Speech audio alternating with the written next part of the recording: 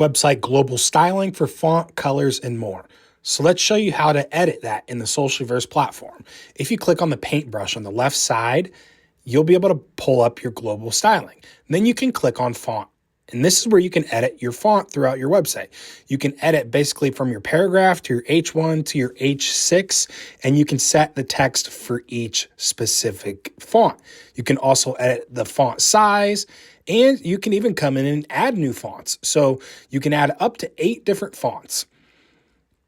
All you can do is search from Google Fonts from our built-in integration, find a font that you want, and simply click on it. Once you find that font that you like, you can select the version of it and it'll be added to your website builder in Socialverse. You can even upload custom fonts. Make sure you own the licensing rights to the font if you upload a custom.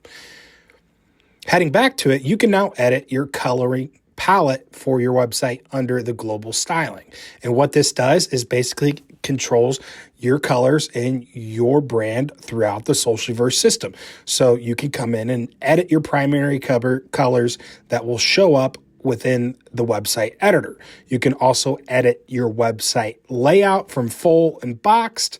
And essentially this is just how wide your website is going to be.